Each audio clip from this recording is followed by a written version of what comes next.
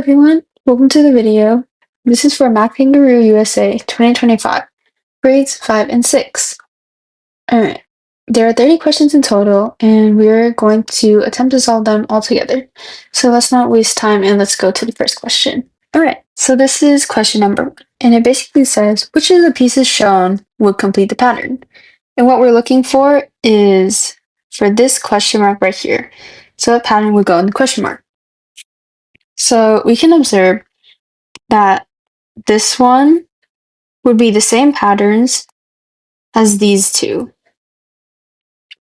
The patterns are consistent, which means that they're the same pretty much. So by this question mark, we can put a similar box for the other ones as well. So for this first box, we can find that it has 4 corners of a square inside. So by using process of elimination, we can basically cross out the answers that are not eligible for this. So let's see A. A has 4 corners, so we can keep that for now. B also has 4 corners, so we can keep that for now. C also has 4 corners, as you can see here, and it matches these boxes up here. D does not have 4 corners, so we can cross it out. That means it's wrong. E also does not have 4 corners, so you can also cross it out. So that leaves that we can either have A, B, or C as our answer. Alright, now for the next box, we got the 4 corners already. So we'll cross that out. Now we can observe that there are 2 rhombuses inside our box. So by using this information, we can see either A, B, or C has 2 rhombuses. So let's see. A currently has 1 rhombus, and it's not 2. So we're crossing A out. B has 2 rhombuses that we can see here. So right now, we can check it off. C does not have any rhombuses. So rhombuses would have to be right here. So we can basically cross it out. That means the correct answer that would fit in this question mark is B. So our answer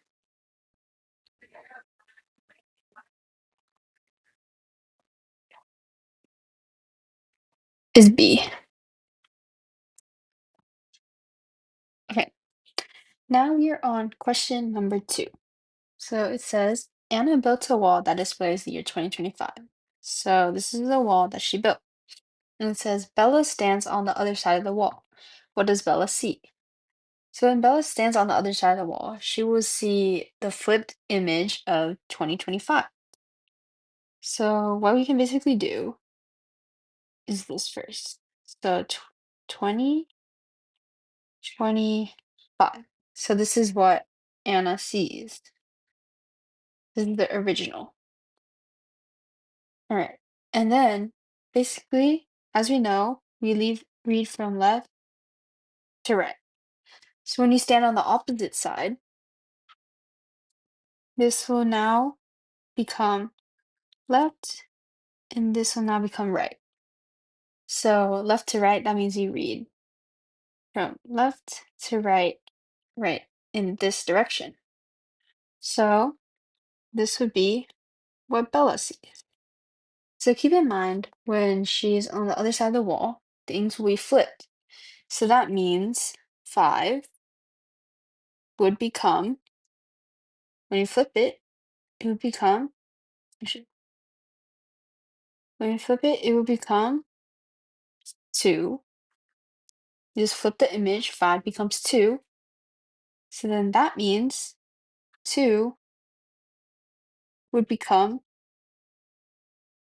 5 when you flip the image. So that's what Bella would see. And 0 would just stay the same. So reading from left to right, starting from 5, because this is what Bella will see. So 5, as we said, becomes 2. This 2 will become 5. 0 will stay as 0. And this 2 will become 5. So this is what Bella will see when she stands on the other side. In summary, it's because we read from left, Anna reads from left to right and is the original. When we flip it, the directions will switch, so right becomes left and left becomes right. And then, as you know, we all read from left to right, so that's why we will be reading towards the left direction. So that means we start with the 5. 5 becomes 2. 2 becomes 5 because we flip the image. 0 stays as 0. So we start from 5, became 2, 2 became 5, 0 became 5. So let's see if any of these answers match. So we can cross out A, because that doesn't work. 2505. So yet again, our answer is B. Let's go to question number 3. Now, Mike has a flyer with numbers and holes in the flaps on both sides as shown in the picture. He folds the right flap along the dotted lines and sees the number 2, 3, 5, and 6 through the holes. Then he also folds the left flap along the other dotted line. What is the sum of the numbers that he sees now? So sum means that we have to add whatever numbers are left that are not covered. So let's see. It says he folds the right flap. So we're folding the right flap first along the dotted lines. So this is the right flap. So he folds this flap onto the numbers. And now when he folds the flap, he sees the numbers 2, 3, 5, and 6. So what we can do is we can shade in the numbers that he doesn't see anymore. So he doesn't see 4 and 9. He doesn't see 7. And he also does not see 8 and 1. This is what he does not see. Okay. Now, the next direction says, then he also folds the left flap. This one is the left flap, so he will fold this one onto the numbers along the other dotted line. Okay, so let's see. When you fold it, this one, you will be able to see 3 and 5. You would also be able to see whatever number was here, but since it's already covered by the right flap, we cannot see it anymore. So that means 2 and 6, because they would be right here when we fold it, would be covered. So that means the only numbers left that we can see is 3 and 5. Since those are the only numbers left, it's asking for the sum. So now all we just do is add 3 plus 5. And 3 plus 5 is 8. So that means the answer is E. Number 4. A cube is decorated by gluing identical gray squares on it. All the faces of the cube look the same. How many gray squares are there in total? So by considering the front face first, and the front face is this one, so we can look at this first.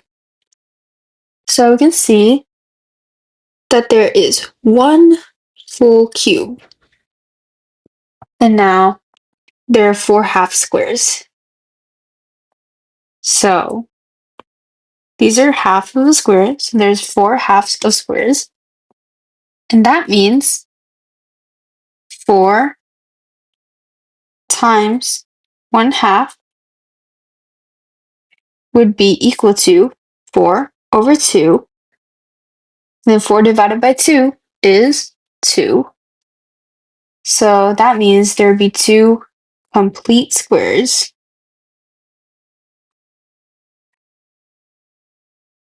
that are made from these halves over here.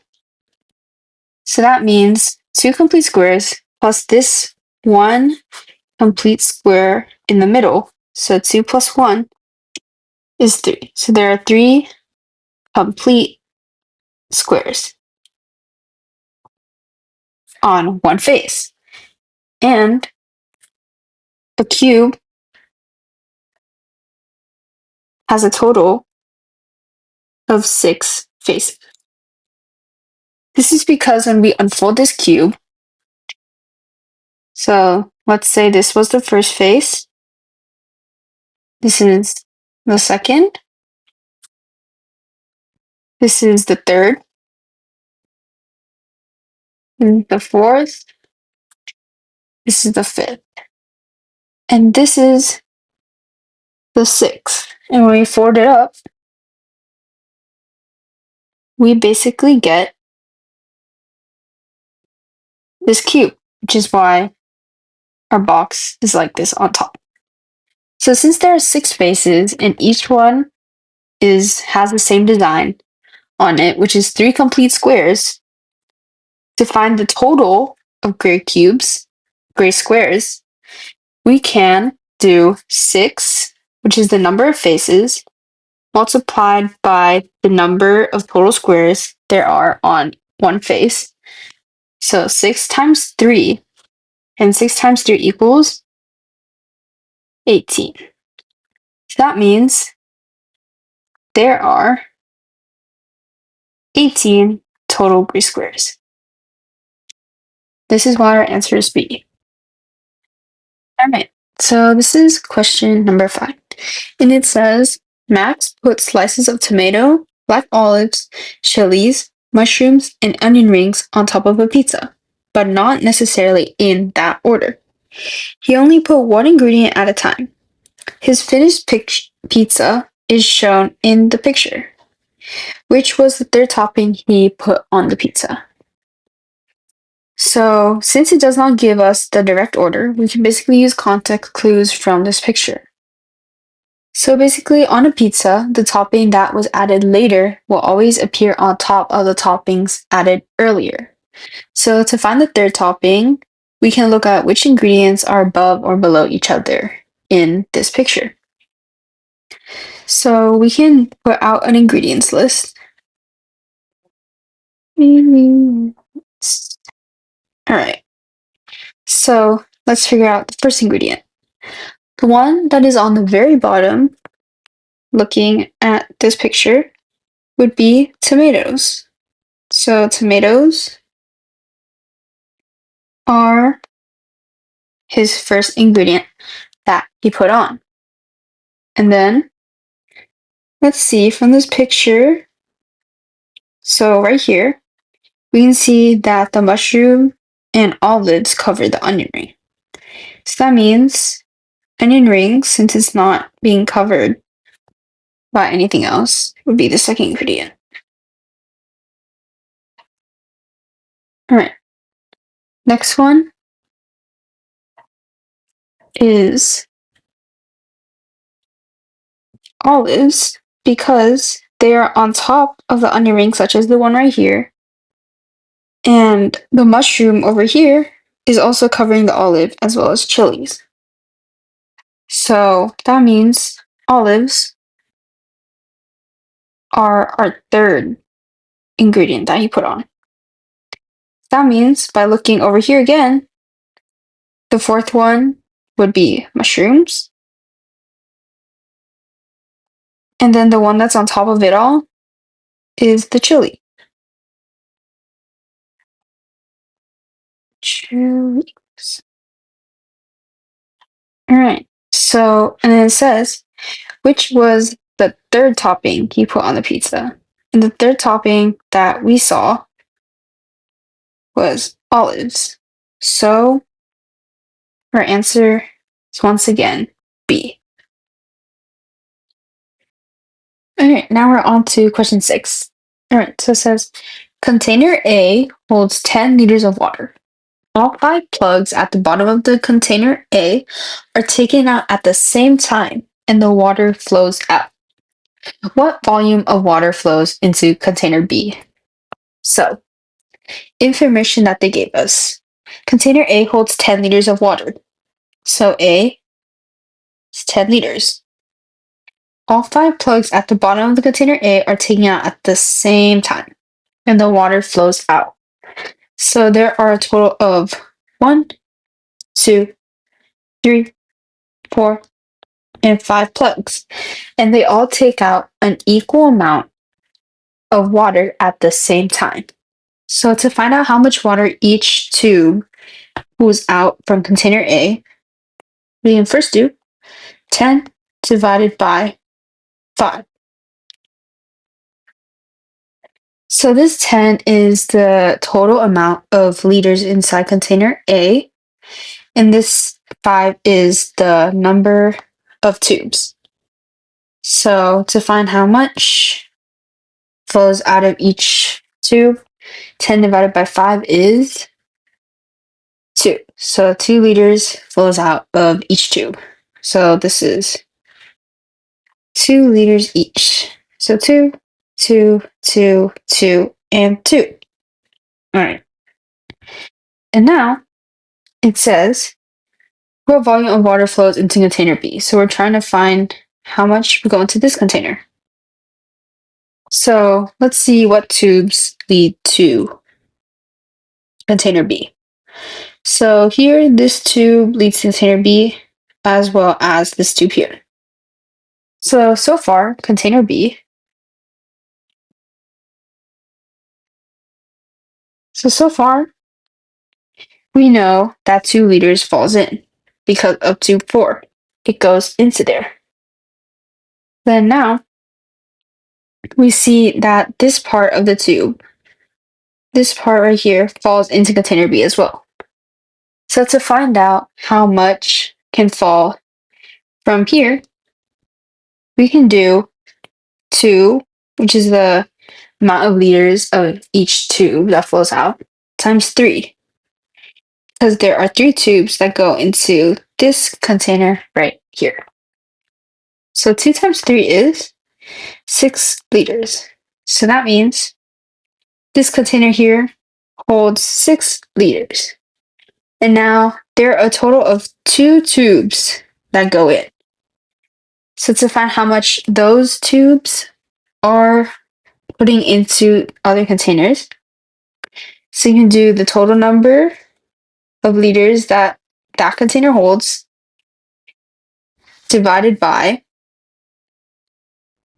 the number of tubes. So 6 divided by 2 is 3 liters. So that gives us that these tubes transport 3 liters to containers. So that means this goes here. So 3 liters of water goes there. So 2 liters plus 3 liters is 5 liters.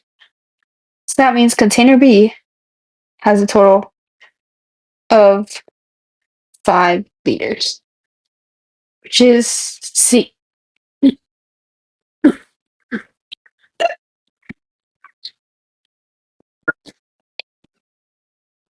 Um,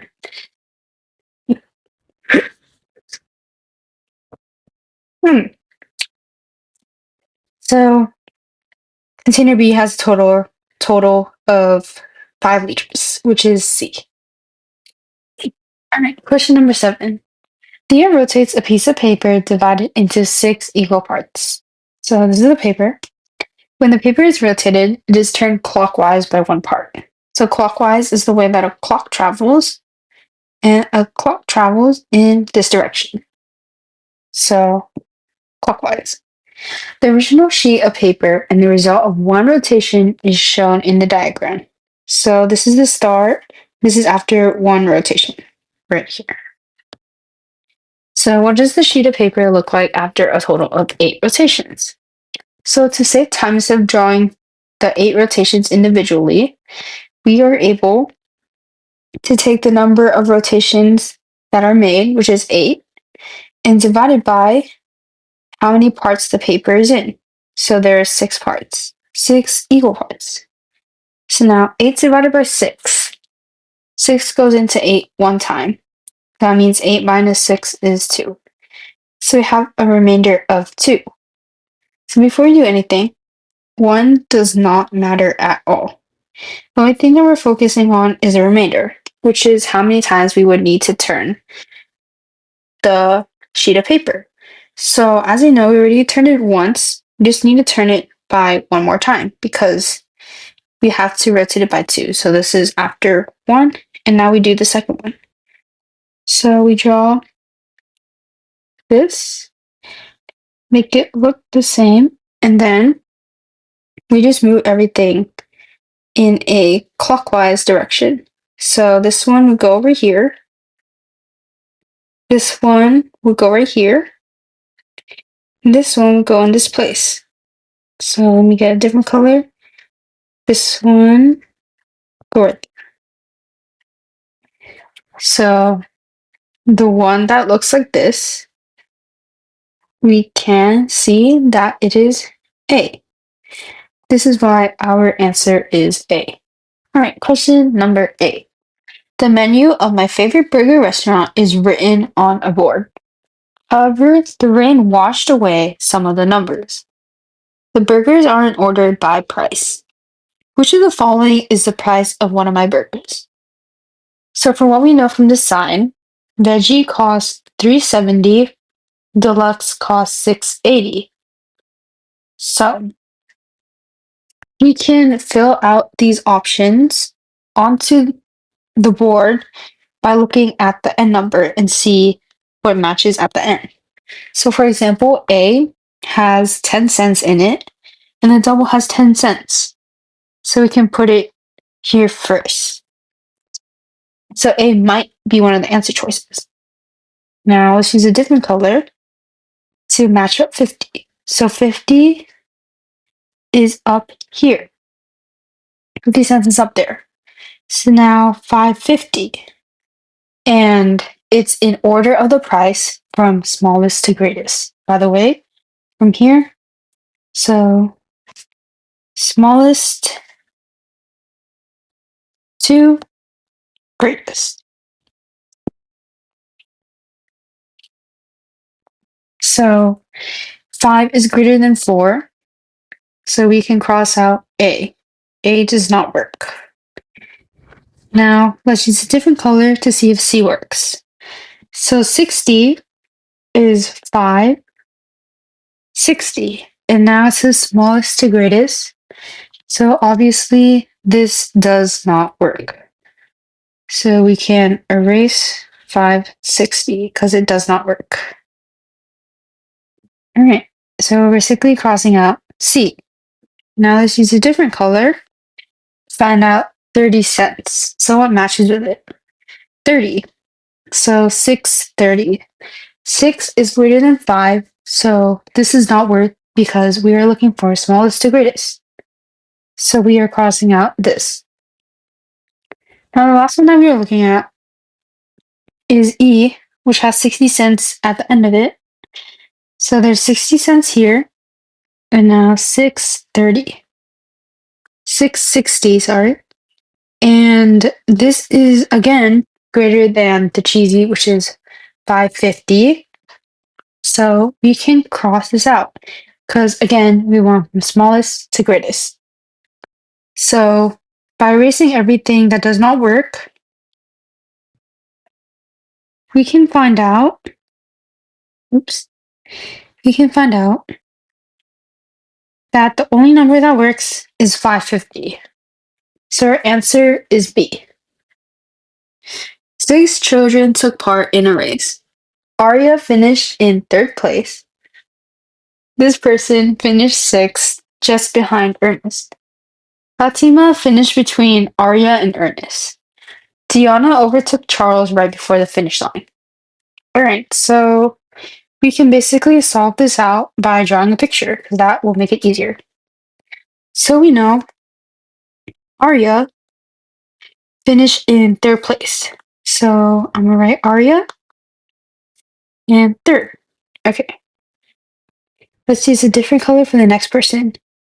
So this person finished 6th, just behind Ernest. So 6th, right here. So this is 6th place, and I'll put their name right on there. Just behind Ernest means that Ernest finished before them, because this person is behind Ernest. So you can use a different color to draw Ernest. Right here, Fit, and I'm just put an E. That just stands for his name. All right. Using a different color, we see that Fatima finished between Arya and Ernest. This is Arya, this is Ernest, and finishing between means that she finished fourth. So we'll put an F for her name. And then by using a different color, it says Diana overtook Charles right before the finish line. Overtook mean that she went ahead. So that means she went ahead of Charles. So Diana and then Charles, assumingly, would be here. All right, C for Charles's name. That means Diana overtook Charles. So Charles would be in second place. Diana is in first. And it says who won the race. So who's first? And the answer is Diana. So it's C. All right, now we're on question number 10. You're 1/3 of the way. So yay. Okay. That says a bookshelf with 3 shelves has 17 books on the top shelf, 15 books on the middle shelf, and 7 books on the bottom shelf. Monica wants each shelf to have the same number of books. She also wants to move as few books as possible. So the question that they're asking is, how many books should she move from the middle shelf to the bottom shelf? All right. So this information, you can see that the top shelf has 17 books, then the middle shelf has 15 books, and the bottom shelf only has 7 books. To find the total number of books, we can do 17 plus 15 plus 7. That, once we add it together, would equal to 39 total books. So this is the total books, 39.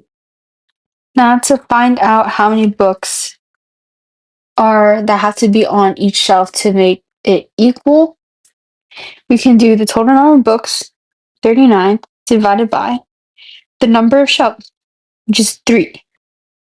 So by dividing this, we can do 9 divided by 3 first, which is 3. 3 will go in the ones place. Now 3 divided by 3, which is 1. And 1 would go in the tens place. So this is 13 books on each shelf. This is to make it equal right here. So to make this 13, we can move. So 17 minus 13 is 4. So we can move 4 books over here. So 4 books. Now to make this 13, 15 minus 3, which is 2 books. So we can move 4 books from the top shelf to the bottom shelf, and 2 books from the middle shelf to the bottom shelf. So to make sure, we can do 4 plus 2, which is 6. And 7 plus 6 is equal to 13. So in this case, this works. And the question is basically asking how many books should you move from the middle shelf. So they're only focusing on the middle shelf. From the middle shelf, we only move 2 books. So which is why our answer would be B. All right, so now we're moving on to question 11. So for sections 11 through 20, these problems are now worth 4 points each. I forgot to mention, but questions 1 through 10 are all worth 3 points. So now we're just moving on to the 4-pointers. So let's read number 11. 3 turtles participate in a 10-kilometer race. Each of them moves at a constant speed. When the first turtle finishes, the second turtle has covered 1/4 of the distance, and the third turtle has covered 1/5 of the distance. How far from the finish line will the third turtle be when the second turtle finishes? So when the first turtle reaches the finishing line at 10 kilometers, the second turtle has covered a certain amount of distance. And to find that, we can do 10, which is the total number of kilometers in the race, multiplied by their distance covered, that was said here, which is 1/4. So to multiply this, we can put 1 as the denominator. So 10 times 1 is 10, 4 times 1 is 4. And 10/4 is basically equivalent to 10 divided by 4.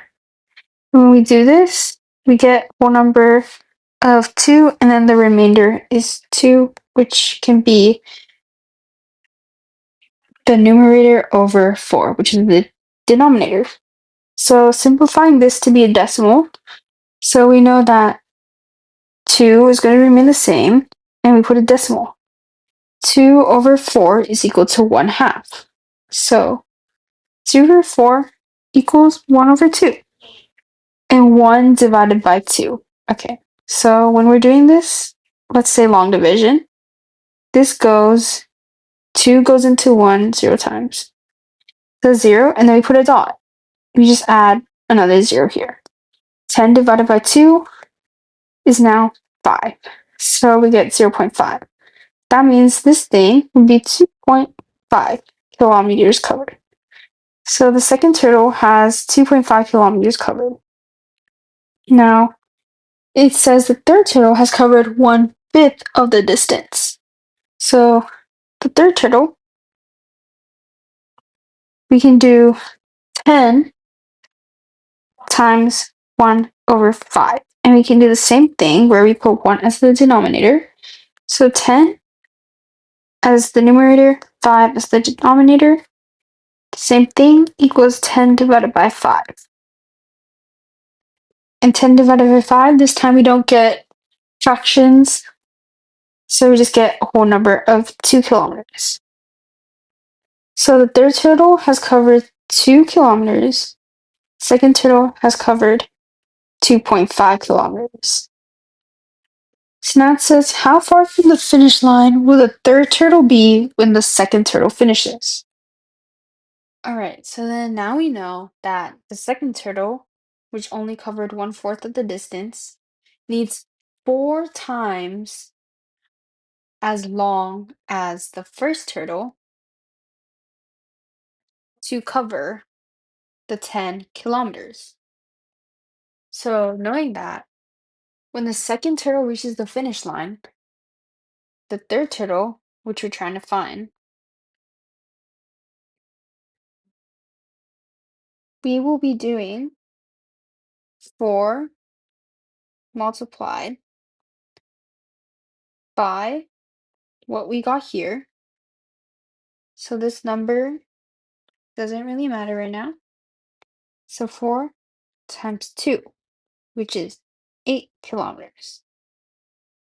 So when the second turtle reaches the finish line, the third turtle would already cover 8 kilometers. So 10 to find out how many kilometers left. So 10 kilometers minus 8 kilometers, and that equals 2 kilometers. So then the third turtle will need 2 more kilometers from the finish line. So our answer will be B. All right, so on to question 12. It says, Vera built a tower of blocks. She wants to replace the 2 blocks with the question marks with 2 blocks with numbers. She wants the number on each block in her tower to be at least 2 more than the number on the block below it. How many ways can Vera do this? So to start, we can find a pattern here. So we can do 4 minus 1, which is 3. And then we can do another pattern, which is 6 minus 4, which is 2. So for the first pattern, we can do 6 plus 3, basically adding it in the same order. So 6 plus 3, which is 9, then 9 plus 2, which is 11. So the first question marks would be 9 and 11. Moving on, for 2, for the second pattern, we can basically just switch the numbers. So instead of 6 plus 3, we can do 6 plus 2 first, which is 8. And so in doing 9 plus 2, we can do, oops, we can do 8 plus 3, which is 11. And that's how we get the combination of 8 and 11. So then, for the third one, we can just add 3 on both sides. So it would be 6 plus 3 equals 9, and then 9 plus 3, which equals 12. So then our combination would be 9 and 12. So in this case, keep in mind that we don't really need to focus on the number 14. So we're just focusing on what numbers we need to get to fit into the question marks. All right. And then for the fourth combination, we can do the same thing. We can just add, instead of 6 plus 3, it would be 6 plus 2 equals 8. And then 8 plus 2 equals 10. So then get the combination of 8 and 10. So then what we can do is we can find a way to multiply numbers. So let's try to first. We can do 6 plus 2 first, which is 8. Then we can try to multiply, is 8 plus parentheses 2 times 2, which equals to 8 plus 4. And we solve the parentheses first because of the order PEMDAS, and P stands for parentheses, so we do that first. So 8 plus 4 is 12. So we get the combination of 8 and 12. And for another combination, we'll pick this color. We can do the multiplication first. So 6 plus 2 times 2, that'd be 6 plus 4, which equals to 10. Then we can do 10 plus 2, which is basically like this one, except we just switched the order. So we basically did multiplication first, and then we did addition later. So 10 plus 2 is 12. 10, 12. So that's the combinations for now, which is why we're getting this. All right. We can try more, see if there would be a seventh combination. So we'll use black for this one. So we can try the same thing with the number 3. So first we can do 6 plus 3, which is 9. And then 9 plus, we're going to do the same thing as this. So 3 times 3. We're just replacing 2 with 3. So then 9 plus 9 equals 18. And we'll see that this combination does not work because this number that we have covered over here, right here, it was originally 14. And these two blocks have to be less than 14. Less than 14. So this is why 19, 18 is greater than 14. So this combination would not work. So in total, we have 1, 2, 3, 4, 5, 6. We have 6 combinations, so the answer would be D. All right, so on to question 13. The number shows 5 wheels of fortune. Each wheel is divided into a different number of identical parts. You will win a prize if you spin the wheel and it stops with the triangle above the wheel pointing to a part that is shaded. Which wheel gives you the best chance of winning? So also known as the highest chance. So let's look at the first wheel. There are 1, 2, 3, 4, 5, 6, and 8 parts. There are 8 parts to that wheel. And it says the shaded parts will allow you to win a prize. So there are 2 shaded parts. So the first one we can use as a decimal, as a fraction. So the shaded parts, which is the numerator, I'll keep a marker here. So shaded parts is the numerator. The total number of parts on the wheel is going to be the denominator. So we can simplify 2 and 8 because they both have a factor of 2. So 2 divided by 2 is 1. 8 divided by 2 is 4. So you have a 1/4 chance of winning for the first wheel. Now for the second wheel, there are 1, 2, 3, 4, 5, 6, 8, 9, 10. So there are 10 parts to the second wheel. So knowing that, the total part is 10, so you can put that as your denominator. Now there are 2 parts shaded, so put 2. Same thing, we can divide it by 2 because they both have a factor of 2. Keep in mind when you divide, you have to divide it the same way on the numerator as the denominator. So you can't just be doing 2 divided by 2 and like 10 divided by 5. They both have to be the same. So you can only do 2 divided by 2. 2 divided by 10 divided by 2 for this one. So 2 divided by 2 is 1. 10 divided by 2 is 5. So you have a 1/5 chance of winning. All right. For the third wheel, there's 1, 2, 3, 4, 5, 6 parts. Third wheel, so we can put 6 as our denominator. There's only 1 part shaded. So we do 1/6. Can you simplify this? No, because you can't do 1 divided by 1. 6 divided by 1, it would just be the same thing. So the third wheel has 1/6 chance of winning. Now the fourth wheel. Okay, so 1, 2, 3, 4, 5, 6, 8, 9, 10, 11, 12. So there are 12 parts, which means put 12 as our denominator. There are 2 shaded parts, so divide by 2.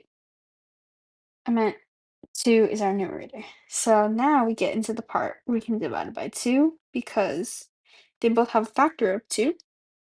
So basically, whenever you can try to divide, you have to find the greatest common factor. Yeah. So 2 divided by 2 is 1. 12 divided by 2 is 6. So you have 1/6 chance of winning. All right, now for fifth wheel, let's use this color. So you get 1, 2, 3, 4, 5, 6. There's 7 parts, so 5. And then our denominator is the total parts, and then there's only 1 part shaded. So you cannot simplify this, so it would be 1/7 of winning. Now, to find out which one has the highest, we can order our fractions from greatest to smallest. So let's do this. So greatest right now is 1/4. So the smaller the denominator is, the greater that this will be. So 1/4 is the highest so far. So that's greater. And then 1/5 comes next. So that's there, that's there. 1/6 equals to 1/6. So these two are there. And then that means 1/7 is here. So 1/7 is the least. Sorry that my writing is over my others. But 1/7 is the least. Sorry. And then 1/4 is the greatest. So that means the highest chance of winning. 1/4 is from number 1, so wheel 1. So the answer would be A. All right, so question number 14. It says which shape or any rotation of the shape cannot be placed onto the white parts of the large square. So this would basically be just like an experiment where you can try to fit the shapes into the square that are not shaded. It's kind of like Tetris. So for A, we can use red. So I can see that we can fit the shape around like right here. So A works. And now we can try to use a different color for B. So B, we can rotate it this way to make it fit somewhere here.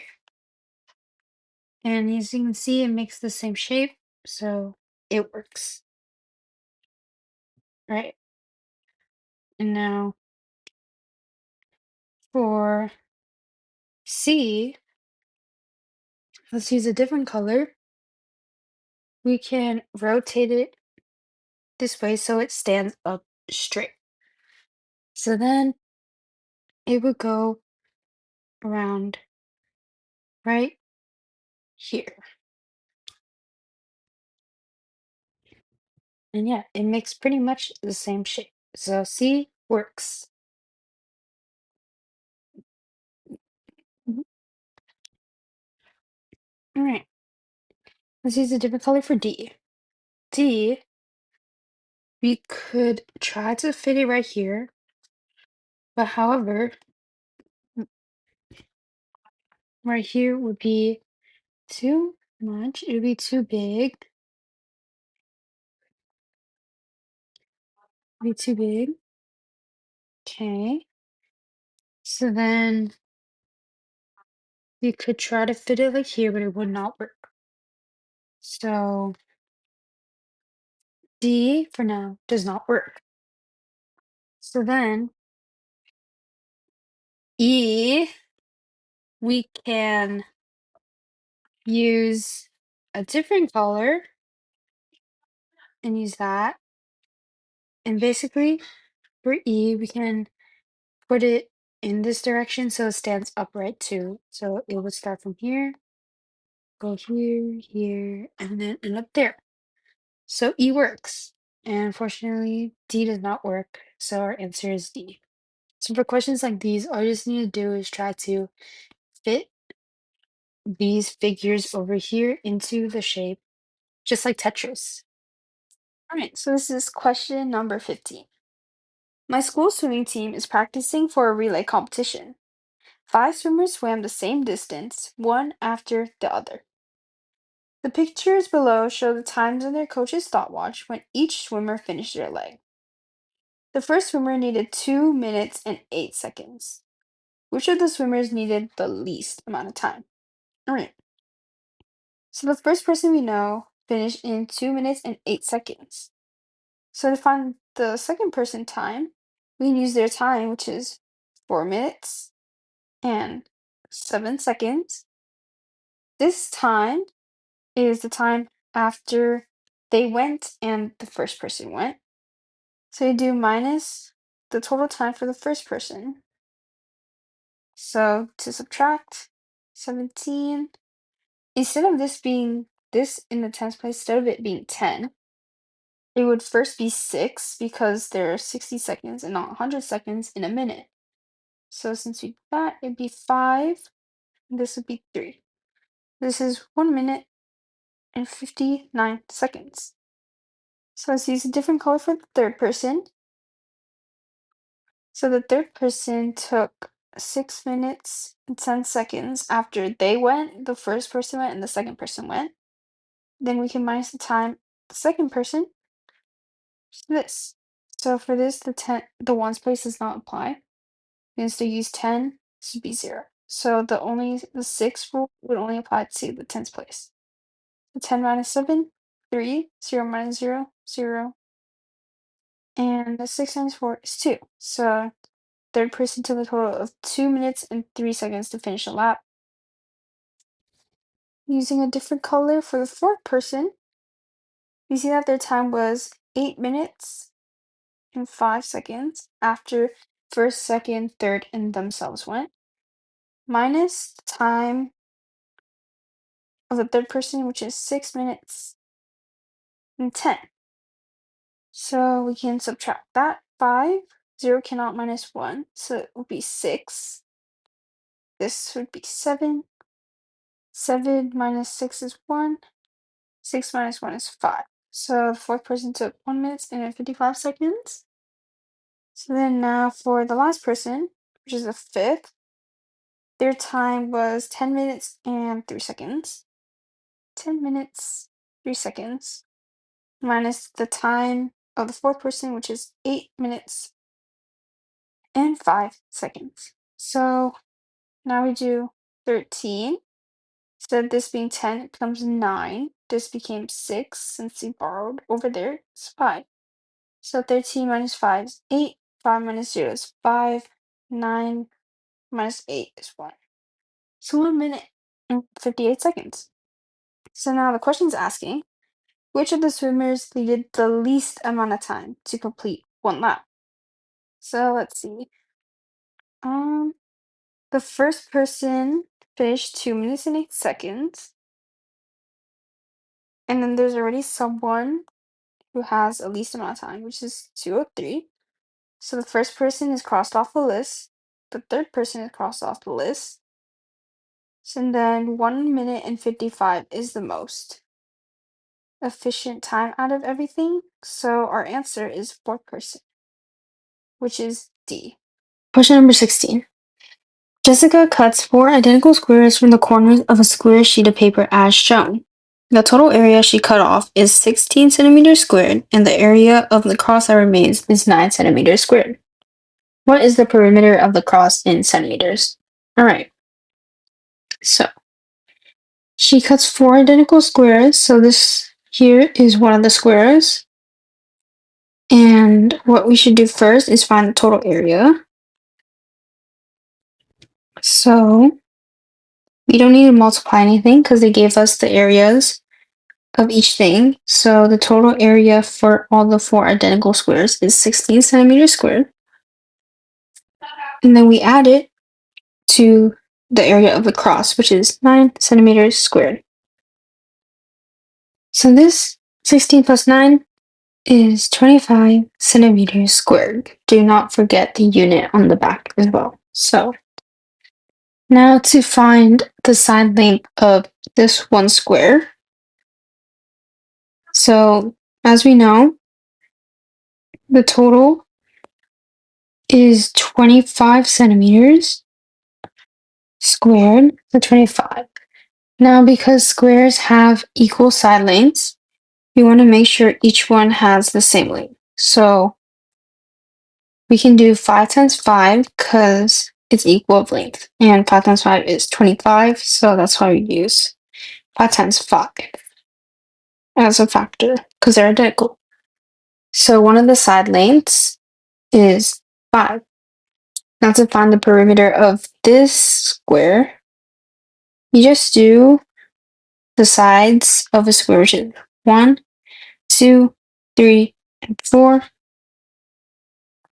multiplied by this number, which is 5, by the side length, and that equals 20 centimeters. And this perimeter of one square will equal to the cross, even though it's of different shapes. So, yeah. So now our answer is 20 centimeters. Alright, so moving on to question 17. It says, each of the cards shown has 2 3-digit numbers written on them, but some of the digits cannot be seen as they are covered in ink. On one of the cards, the sum of the digits of both numbers is the same. On which card are those 2 numbers? So our sum means that we have to add the numbers. So let's start with A. So we have to add 5 plus 4 plus 3, which turns to 12.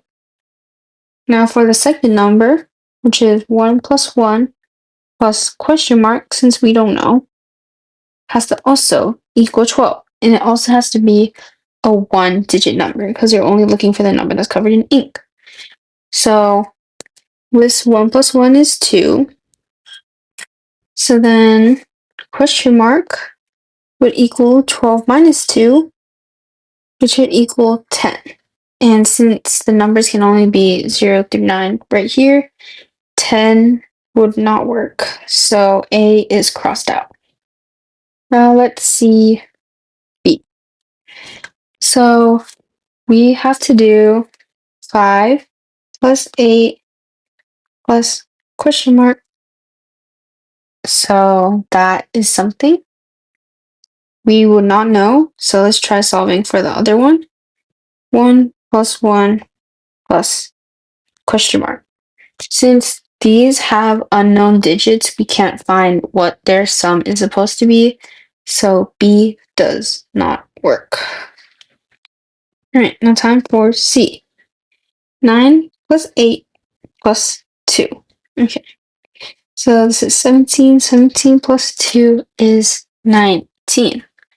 Then now we look at that and, oops, let me look at that, which is, and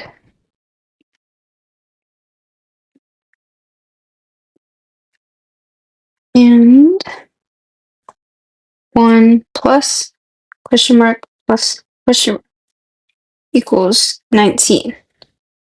So that means we can do question mark plus question mark equals 19 minus 1, which is 18.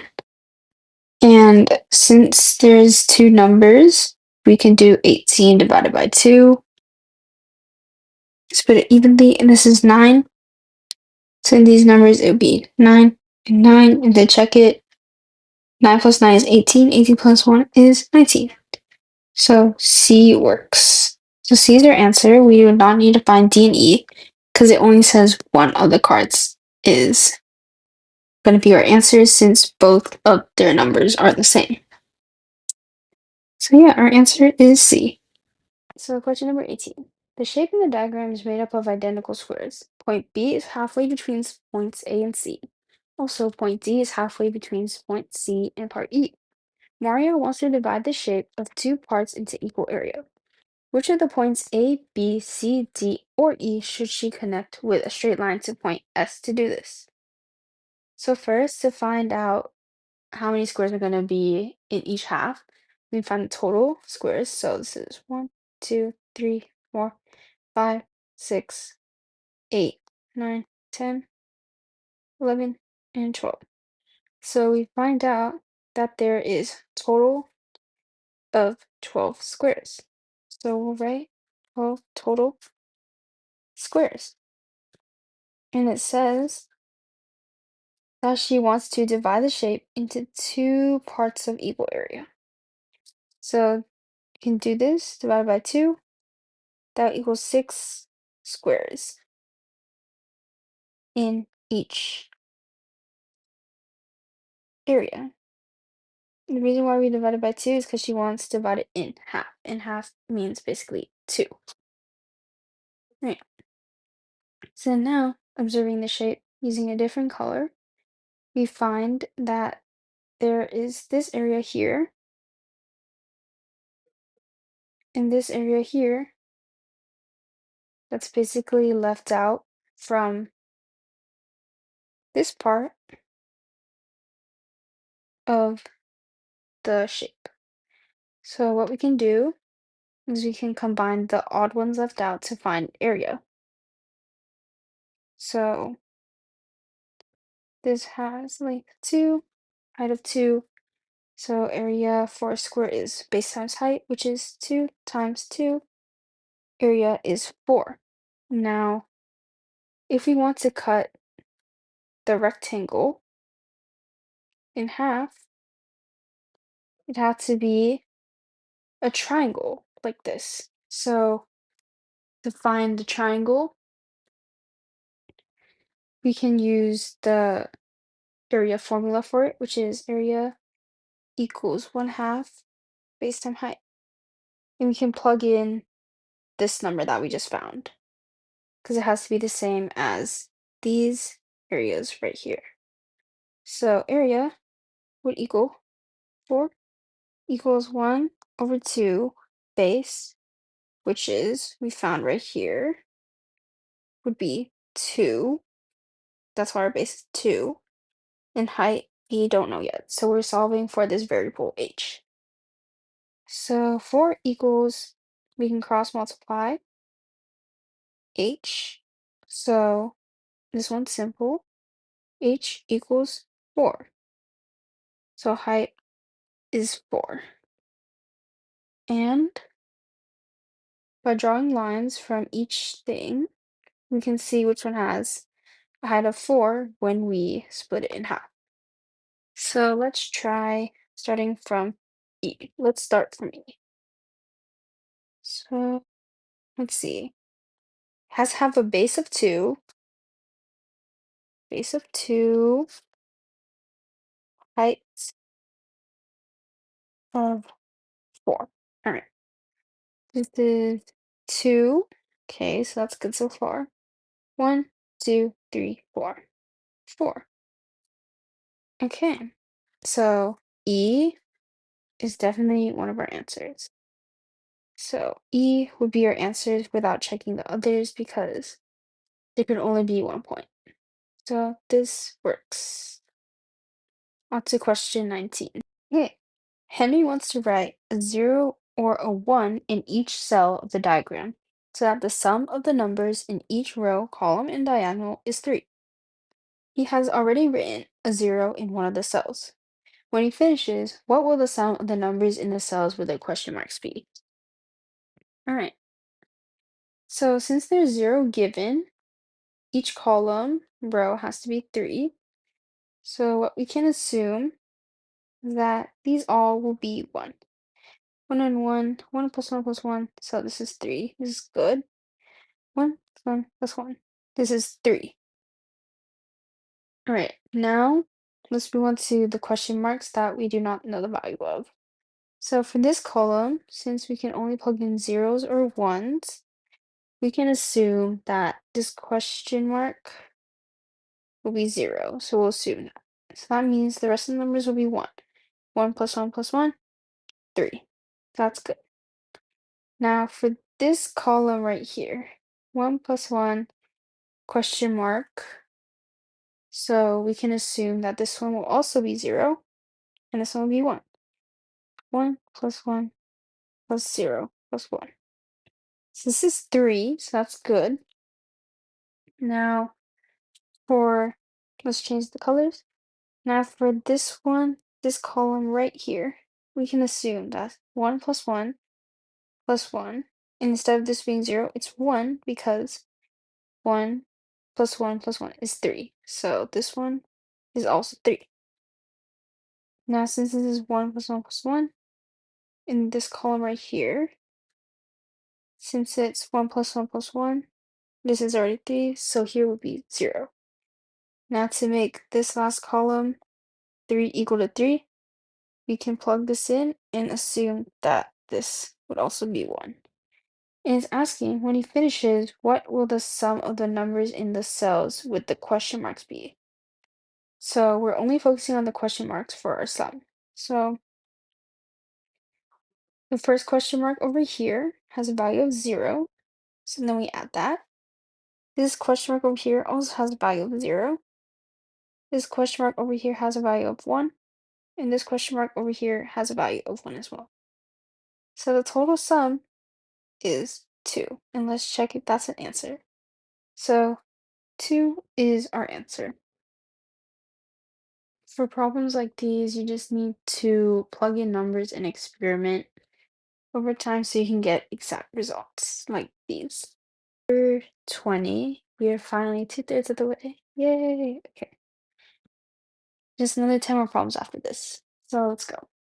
Mary and Paul each wrote down three-digit numbers using the digits 1 through 9 exactly once. The picture shows an example of how three-digit numbers can be written using the digits 1 to 9 exactly once. Then Mary and Paul ordered their numbers as smallest, middle, and largest. Mary wrote down the largest possible value the middle number could have. Paul wrote down the smallest possible value the middle number could have. What is the difference between their two middle numbers? All right, so let's do Mary's first. So we want smallest, middle, and large. So I'm gonna label S stands for small, M stands for middle, L stands for largest. So let's do this. So smallest, we can find out that 1 could be used in the hundredths place value. Then for the largest, could be 9. So then for the largest middle number, we can use 8 with the next digits being, could be 7 and 6. So out of 1, 2, 3, 4, 6, 8, 9, we have already used 1, 9, 8, 7, 6. So these ones you have to keep experimenting. So then the smallest could be 2, 3. Then the largest could be 54 for this example. We could play with numbers. So for us, we went 876. Now using a different color for poles. So again, small, medium, large. So again, we're using the numbers 1, 2, 3, 4, 5, 6, 8, 9. All right, so smallest, again, is 1. Keep in mind, Paul wants to have the smallest possible value the middle number could have. So instead of using 8, we can use 2 as our middle number. And then for a large, we can do 9. So now that we got that out, for the smallest, we can use smallest middle value. We can use the next smallest numbers, which is 3 and 4. And then for the larger digits, it doesn't really matter. So we can just use 100, that, and then 958. We can do this. So now it says, what is the difference between their two middle numbers? So Mary's is 876, Paul's is 234. That's 876 minus 234. And that, when you calculated, 642. As you can see, that's an answer right here. For these problems, you could plug in numbers as long as it makes sense. And it's like the best and most efficient choice. So that's why our answer is A. All right, question 21. From 21 to 30, these problems are now all worth 5 points each. So 21. A witch had 10 apples, 9 bananas, and 6 pears. One day she performed some magic and turned each of her pieces of fruit into one or the other two types. For example, she changed each apple into either a banana or a pear, and vice versa for the others. She now has 15 apples, 7 bananas, and 3 pears. How many of the apples did she change into bananas? Alright, so apples could be labeled with an A, bananas could be labeled with a B, pears could be labeled with a P. Okay. So you can draw a diagram to make our lives easier. So 10 apples, 9 bananas, 6 pears. These can all be split. So this would be how many bananas, how many pears. This could be how many apples, and this could be how many pears. This one is how many apples, this one how many bananas. So now that we can group everything together, it says she now has 15 apples when she transformed it. So we can draw, that's connecting to 15, 7 bananas. So connect the B's and make that 7. And pears have 3. So we'll make this 3. So now it's just about plugging in the numbers. So since the total number of apples is 15, which is right here, it's only possible if 9 bananas were converted into 9 apples, and 6 pears were converted to 6 apples. So what I mean by this is that 9 bananas would turn into 9 apples, 6 pears would turn into 6 apples. So this is how we get 15 right here. Now, for the next one, use this color. So now we're trying to solve for how many bananas there will be. So here, there are 7 bananas. So we can try to plug it in. So we know that right here, this will be 0 because we ran out of pears and bananas. So what we have left is 7. So 7 bananas plus 0 equals 7 bananas now. So that leaves for a pear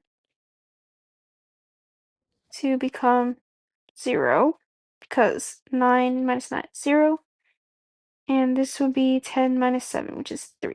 That's how I get 0 plus 3, which how we get 3 right here. So some of the information doesn't matter that we solved. So now it's just asking how many of the apples did she change into banana. So we're only focusing on this area right here.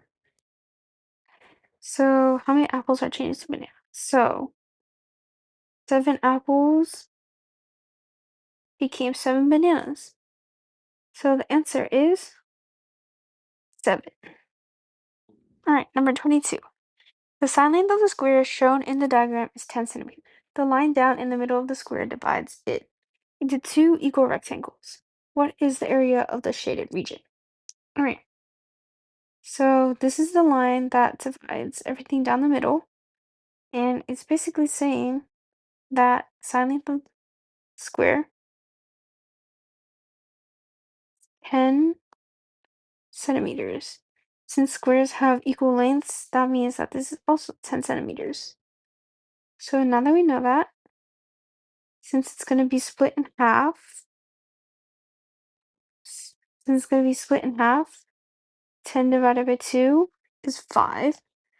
So that means our height here is 5 since our triangle is this way. So this is its height.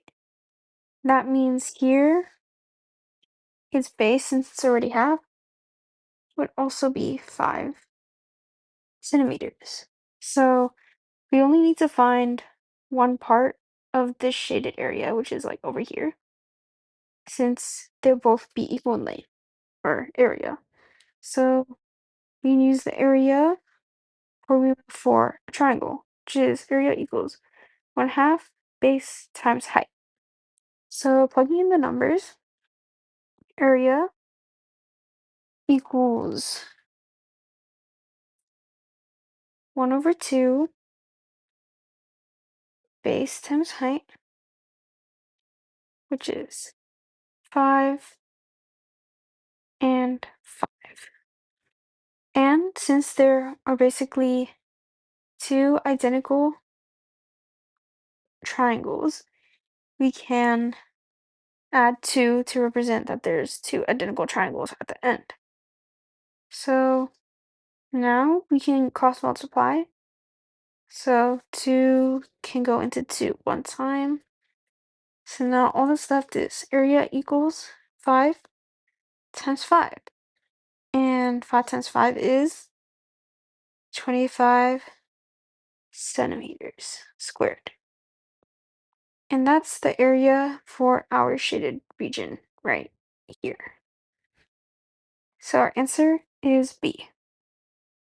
All right, question number 23. Joanna divides the figure shown into 5 equally shaped parts, each consisting of 3 squares.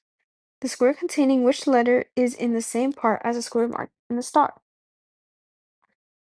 So let's find out how many squares the whole shape has first. So 1, 2, 3, 4, 5, 6, 8, 9, 10, 11, 12, 13, 14, 15. So there are a total of 15 squares in the shape. Oops. 15 total squares. 15 total squares. So it looks like we could divide the shape into neat triangles, but that doesn't work because of these ones right over here. So instead, we can experiment and use L shapes, which would make things easier. So first we can use corners. So let's use different colors. For example, L shape could be like this. And another one by the corner could also be this. And more by the corner could be here. And more by the corner could be here. That means we are just left with one middle part, which is right here. And this one is basically asking the square containing which letter is in the same part as the square marked with a star. So the star is right over here. I know I crossed it out, but star's right over here, and in this shape, there's E in it. So E is our answer. All right, so question 24. Felix never tells the truth on Tuesdays, Thursdays, and Saturdays. He always tells the truth on the other 4 days. One day, Mateo had the following conversation with Felix. What day is it today? Saturday. What day will it be tomorrow? Wednesday. On which day did this conversation take place? So this problem is all about logic and lying. So what we can do is we can see which days he's not lying. So orange means not lying, and red is lying in color key. So Monday, Tuesday he lies. That means Thursday he lies. Friday he doesn't lie. Saturday he lies. Then sun. So I'm gonna just write sun. Okay, so that means Monday, Tuesday he lies. Wednesday, Thursday he lies. Friday, Saturday he lies. Let me just write that, just in case. Right. So then we see that Mateo asks, what day is it today? Felix says Saturday. Saturday is a day that he lies, so that means today is not Saturday. And then it says, second answer to what day will be tomorrow, Wednesday. Wednesday, he does not lie. So if it's true, then today would be Tuesday. So he lies on Tuesday. So it is not Tuesday. You can cross that out so far. So what we can do is we can try to use Thursday. So if today's Thursday, Felix will lie and say that it's Saturday. So for now, that is true. And what day will it be tomorrow? Wednesday. So basically, he's saying that tomorrow will be Wednesday, but on this day, which we're focusing on as Thursday, it will actually be Friday. So saying Wednesday is a lie since Thursday is a lying day. So our answer is Thursday for most likely. All right, question 25. Julio wants to construct the cross shape shown in the picture using pieces shaped like the ones below the cross. He has many copies of each piece. The pieces can be rotated if needed, but they cannot overlap.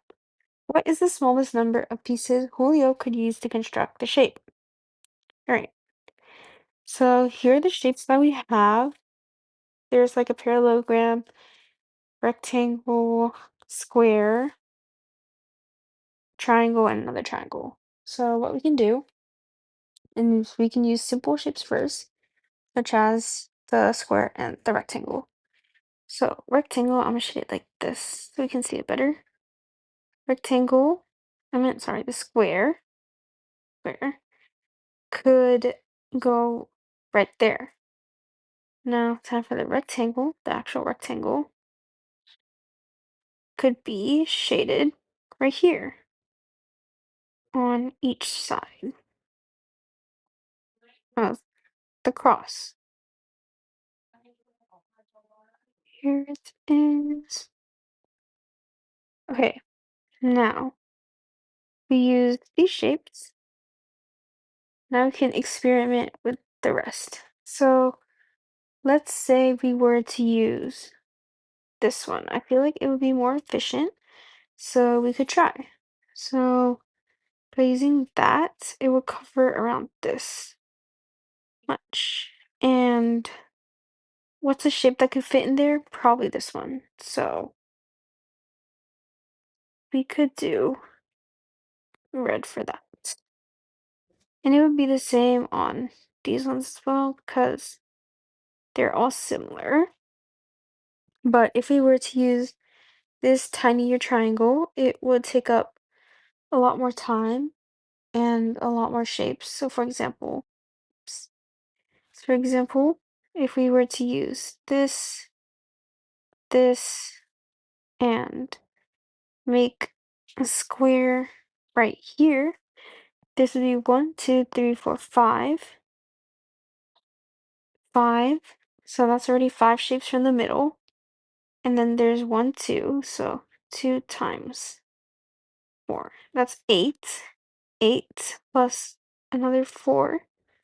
So if we were to use this combination here, it would be 5 plus 12, which is 17 in comparison to just using, let's say, this combination, which is only 4 plus 4 plus 5, which is 9 plus 5, which is 13. That's way less than 17. That means our answer is C, which is 13. Number 26. Some blocks are balanced on top of each other as shown. Blocks that are shaded in the same way have the same weight. Bill wants to order the 3 different types of square blocks from heaviest to lightest. What order should Phil obtain? So they want to go from heaviest to lightest. So first off, we can observe that the cross boxes, all of this side is all crossed boxes, and it's still the lightest. So we know that the cross boxes are most likely going to be the lightest ones. So if it's not at the end, we'll cross it and use process of elimination. So these ones, A has cross box at the back, D has cross box at the back, B does not, so we're crossing that out. E also does not, so we're crossing that out. And C does not, so we're crossing that out. Now we just have the answer choices between either A or D. So let's see by using a different color. Let's say this color. Now, observing on the left side, we can see that these 2 blocks are weighing it down, as well as this one block. So since there's only one block and it's weighing most of it down, we can assume that this one is going to be the heaviest since there's only one block of it. Meanwhile, for these dotted boxes, this one has 2 of them, so this one would be second heaviest. So that means the shaded would have to be the heaviest since there's only one compared to 2. So our answer would be A. And this is all based on like logic. Alright, question 27.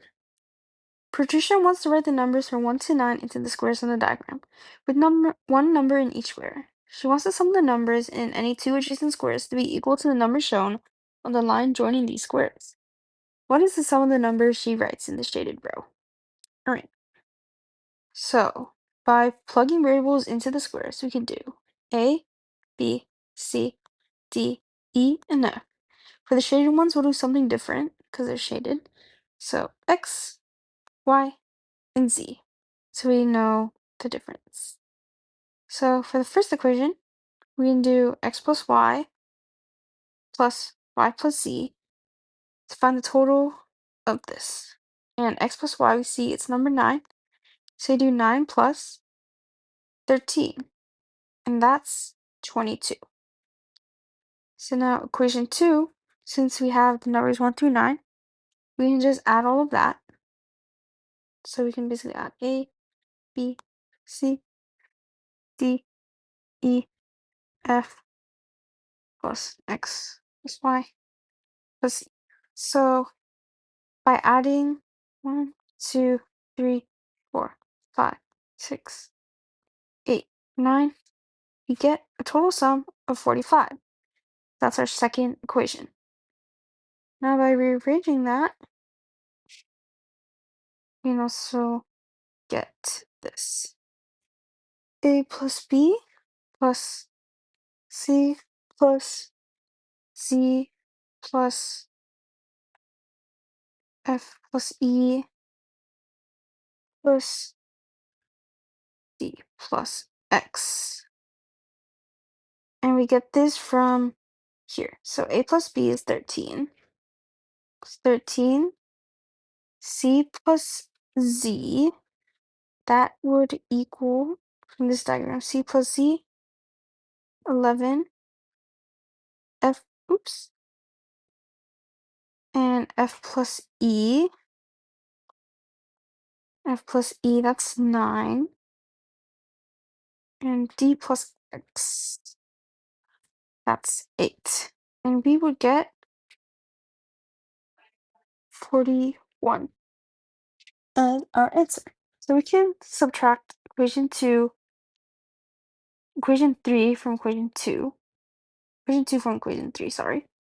So equation 2 minus 3.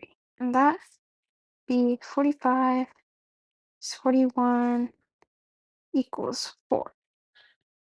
So we basically got the y variable since we didn't have it in our equation. That's how we got y. So now you can subtract equation 2 from equation 1.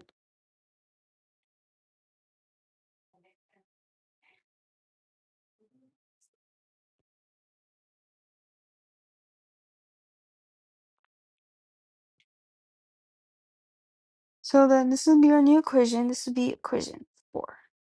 So then we can basically subtract equation 1 minus equation 4. So 22 minus 4 equals to 18. So that's how we get 18 for the sum of numbers. Right over here. All right, question 28. Tino combines the 3 building blocks shown on the right. Which of the following constructions can he make? So this one's more of logic. So let's check. So let's look through the options. A is most likely not possible because at least one of the blocks on the upper floor has to come from the second building block, which is this one. And otherwise, even if there was, there's no room for the other 2 building blocks to fit onto here, like this. All right. All right. B, it's not possible because at least one block from the upper floor has to be on there from the second building block. So it has to be like somewhere up here, but there's none. So B is not, A is not. Now C is not possible because the building block on the upper floor has to come from the second building block. And then there is no room for the other 2 building blocks, kind of in the similar situation, such as A and B. I guess this one does have a block that's up there, but it doesn't have room for other blocks. So for example, if this one were to be like here, this one would not be able to fit because this would be here, here, and here. That means this one wouldn't even fill in the space. So not C. D. D is possible because there's one block from the second building block and one block from the third building block on the upper floor. So there's one right here. And then there's one right here since it's on upper. So D is possible. E is not possible because there are way too many on the upper floor. So D is possible because when we rearrange it, it would look like this. All right, so question 29. Sarah had 3 times as many chocolate bars as Sanaz. Sarah then gave a quarter of her bars to Sanaz. Sarah now has 6 more bars than Sanaz. How many more bars than Sanaz did Sarah have originally? All right, so we see since Sarah had 3 times as many chocolates as Sanaz, which says right here, we can write the equation R, which equals or represents the number of chocolates Sarah had, equals 3n, and where n stands for the number of chocolates that Sanaz had. So now for a separate equation, Sarah then gave a quarter of her bars to Sanaz. Sarah now has 6 more bars than Sanaz. So we can use that to write the equation 3 over 4 r, which is what Sarah has left, n plus 1 over 4 r, which is what Sarah gave Sanaz, plus the 6. This will become 2 over 4 r equals n plus 6, which can then simplify to 1/2 r equals n plus 6. So now we can substitute r equals 3n into the equation above to determine n, which would look something like this over here. So 1 over 2n equals 6. To get n by itself, we multiply 2 on each side, n equals 12. And then substituting this here, r equals 36. And to find how much Sarah had, to find how much more chocolates Sarah has, you do 36, 36 minus 12, she goes to 20 more chocolates than Sanaz. Hence why our answer is D. All right, number 30, last problem. Yay. Okay. Zeta wants to buy some flowers. The prices of the 3 flowers she can buy are shown below in the picture. How many different bouquets with a total cost of exactly $23 can she buy? So let's see. Let's start with solutions. So we can start with the first one being $3, 6 of the $3 flowers plus 1 of the $5 flowers, which equals 23. 2. The second solution, we can try to do 5 of the $3 flowers plus 2 of the $4 flowers, which also equals to 23. Number 3, we can try 3 of the $3 flowers plus 1 of the $4 plus 2 of the $5, which equals 23. Number 4, we can try 2 of the $3 flowers plus 3 of the $4 flowers plus 1 of the $5 flowers. That equals to 23. Number 5. All right. So for this solution, we can try 1 of the $3 flowers plus 5 of the $4 ones. And that would equal 23. So for the sixth solution, we can try 1 of the $3 flowers plus 5 of, oops, not 5, plus 4 of the $5 flowers. That is equal to 23.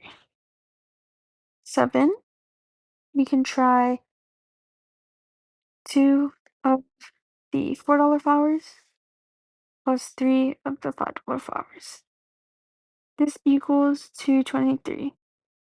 So our answer is 23 different combinations. And this is just all about experimenting. And that was all for the video. Thank you for watching. Bye-bye. Don't forget to subscribe and like. If you have any questions, you can email info@agoramatrical.org or comment below and we'll reply back. Maybe. And if you want to see practice things or anything about us, you can visit our website. So